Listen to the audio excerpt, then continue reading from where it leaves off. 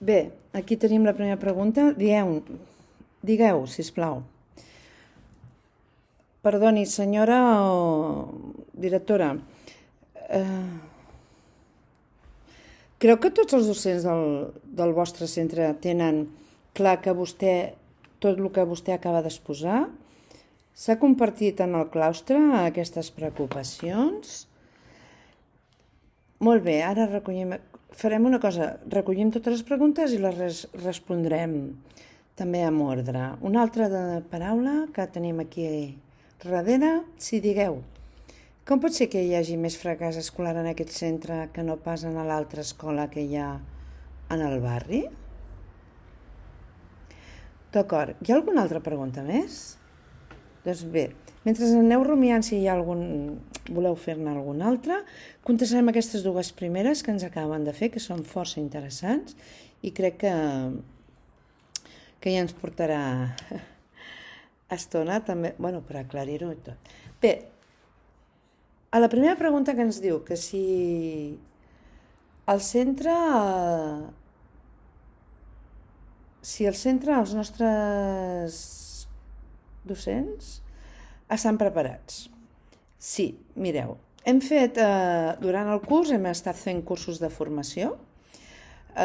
Bé, individualment, algú es pot fer cursos personals, però com a curs de centre hem treballat una formació per treballar de manera cooperativa a nivell de grups i cohesió de grups. Això fa que els nostres docents es preparin pel curs vinent treballar les classes de manera cooperativa. Per què? Perquè a més d'una àrea, a més d'un àmbit, o d'una assignatura, una matèria, diguem-ho com vulguem, entraran 2 professors en l'aula. Òbviament, cap dels 2 serà el titular, són codocents. Hi haurà una codocència. Aquesta codocència s'haurà de treballar no de manera espontània, sinó preparada prèviament. Per tant, per fer-ho bé, i com que la plantilla que tindrem pel curs vinent la mantenim, no hi haurà, hi haurà 2 variants de personal, però tenim la sort que l'any que ve mantenim el 90% de la plantilla. Això farà que estabilitzi el nostre pla de treball que volem fer pel curs vinent, per reduir el fracàs escolar. Llavors, considerem que les classes amb 2 professors o 2 professorat a l'aula, codocències més cotutories, ajudarà a treballar més allò que dèiem, no? D'implicar-se i motivar a l'alumnat. I per fer-ho, ens hem format aquest curs aquí en el centre i a més, cada setmana, els dilluns a la tarda, tenim les reunions de treball i d'equip i és on s'organitzaran i es programaran les activitats i els treballs entre el professorat per fer la codocència. No serà res espontàniament. Clar, que sí s'ha compartit en el claustre. Sí, s'ha compartit en el claustre, perquè quan es va fer la proposta en el claustre ja vam explicar la intenció que teníem per fer-ho i que necessitàvem l'aprovació del claustre per fer també aquest curs perquè implica tot el claustre. En un principi estem molt contents perquè va ser unànime la participació del claustre, la voluntat de participar en aquest projecte i que els engresca i els motiva per millorar a nivell professional ells i també la seva tasca docent i volen ajudar a l'alumnat també que tiri endavant. D'acord?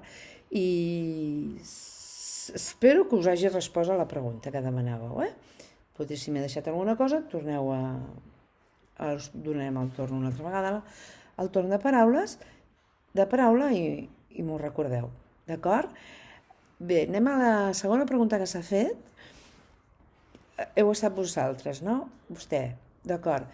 que em dèieu que com és que en aquest centre hi ha més fracàs escolar que en l'altre que hi ha al barri. Bé, en el principi de la conferència us he comentat que és un indicador de Catalunya. No indica que el nostre centre sigui un dels que tingui més fracàs escolar o més fracàs escolar que qualsevol altre centre del barri, però sí que és un indicador que encén una llum carbassa, no la tenim vermella, sinó si fos un semàfor, ens està dient, ei, alerta, milloreu, hem de millorar, perquè no entrem en zona de perill. Tenim alguns alumnes que fan absentisme, tenim alguns alumnes que han repetit a la primària i arriben a la secundària desmotivats, no s'engresquen en el projecte, no s'acaben d'agafar, tot i tenim les aules de diversificació curricular o les aules obertes, costa molt de reenganxar-los i acaben abandonant els estudis un cop ja han fet els 16 anys. Sabeu que tenim en el centre, tenim un PFI, tot i així volem i ens reenganxem algun alumne, també reenganxem algun alumne del barri, dels altres centres, i que tiren endavant. També ens preocupava un dels indicadors que també tenim amb color carbassa, és la no continuïtat dels estudis postobligatoris. Això ens preocupa molt, moltíssim, perquè volem tenir una generació formada, necessitem professionals en tots els àmbits i que coneguin allò que estan treballant i que volem que tinguin una estabilitat professional. A part de personal i familiar, però sobretot professional per tirar endavant i sentir-se autorealitzats en el seu projecte de vida. Sí que el sistema educatiu permet que puguin sempre anar-se'n reenganxant.